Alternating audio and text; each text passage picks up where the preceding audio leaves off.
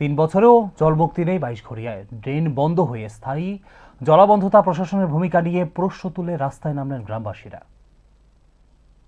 রাজ্যের জনজাতি কল্যাণ দপ্তরের মন্ত্রী বিকাশ দেববর্মার নির্বাচনী কেন্দ্রে এবার সামনে এলো চরম জনদুর্ভোগের ছবি। 22 ঘড়ি এলাকায় দীর্ঘদিনের জলাবদ্ধতা সমস্যাকে কেন্দ্র করে তীব্র ক্ষোভে ফুঁসছেন স্থানীয় বাসিন্দারা। অভিযোগ, প্রায় 3 বছরেরও বেশি সময় ধরে এই কৃষি নির্ভর এলাকা জল নিষ্কাশনের সমস্যায় জর্জরিত। বৃষ্টির জল ও নোংরা জল জমে রাস্তাঘাট কার্যত অচল হয়ে পড়েছে। ফলে যাতায়াত থেকে শুরু করে কৃষিকাজ সব ক্ষেত্রে ভোগান্তির শিকার হচ্ছেন সাধারণ মানুষ ও কৃষকরা। স্থানীয়দের দাবি, কাদের মিয়া নামে এক ব্যক্তির নিজের পুকুর ভরাট করতে গিয়ে এলাকার গুরুত্বপূর্ণ ড্রেন বন্ধ করে দেন। এর ফলে জল বেরোনোর পথ রুদ্ধ হয়ে স্থায়ী জলাবদ্ধতার সৃষ্টি হয়েছে। এই জায়গা মাটিটা ফেলানে না করা হয়েছে, এই জায়গা মাটি ফেলাইছে, তবু ফেলাইছে কইছে আমরা ঘরে চিন্তা করুন কাদের মিয়া ফেলাইছে। ফেলানোর পরে কইছে যে এই ড্রেন এইদিকে ড্রেন ছাড়লে এইদিকে ড্রেন দিব, আমরা দিতে না ও দূরই কইছে। তাহলে আমরা স্যার এই জলটা গিয়ে আমরা বাড়ি ঘর গিয়ে দেলাই না আইনে এইদিকে একটু দেখা যান না কোন না এই জায়গাটা দেখছি কোন না স্কুলে ফুলা মান যেতে পারে না, রাস্তাটা যে এই জল লাগিয়ে থাকে অতকান আছে এই জল এখন কিছু কমছে।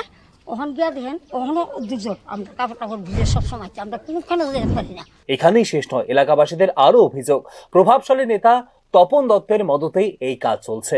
বরাবর প্রতিবাদ জানানো হলেও কোনো কার্যকর পদক্ষেপ নেওয়া হয়নি বলে দাবি তাদের। এলাকার প্রধান মেম্বাররা প্রধান মেম্বার আমরা জানাই তো, আমরা তো আর কোনো এলাকার যে বিধায়ক আছে বিধায়কর আমরা জানাইছি, মন্ত্রীরও আমরা জানাইছি। মন্ত্রী আইছে, মন্ত্রী নিজে আইছে বড় রাস্তার জল, তখন মন্ত্রীরা আমরা কইতেছি দেখেন স্যার আমরা তো এই অবস্থা, আমরা তো এই জায়গাটা লেগে আজকে 3 বছর যাবত আমরা আওয়া যাওয়া করতেই না, যে অসুবিধা গৃহস্থ করতেছে, ক্ষেত মার যেতেছে প্রত্যেক এই বছরটা আজকে 3 বছর ধরে এই ফসলটা মার যাইতেছে, এই 6 মাসের কারকল ফটলের সিজনটা মার যাইতেছে মানুষের। তাইলে আমরা ডেন্ডাই ওইব কই আজকে 3 বছর। পঞ্চায়েত থেকে শুরু করে মন্ত্রী পর্যন্ত একাধিকবার অভিযোগ জানানো হলেও বাস্তবে সমাধান মেলেনি। ফলে প্রশাসনের ভূমিকা নিয়ে উঠছে প্রশ্ন। অবশেষে ক্ষোভে ফেটে পড়ে একযোগে আন্দোলনে নেমেছেন গ্রামবাসীরা। তাদের স্পষ্ট দাবি, ফাঁকা আশ্বাস নয়, অবিলম্বে স্থায়ী জল নিষ্কাশনের ব্যবস্থা করতে হবে। এখন দেখার বিষয়, এই বাড়তে থাকা জনরোষে প্রশাসন কতটা সক্রিয় হয়, নাকি সমস্যার মতোই জমে থাকে উদাসীনতা। Bureau report, news now.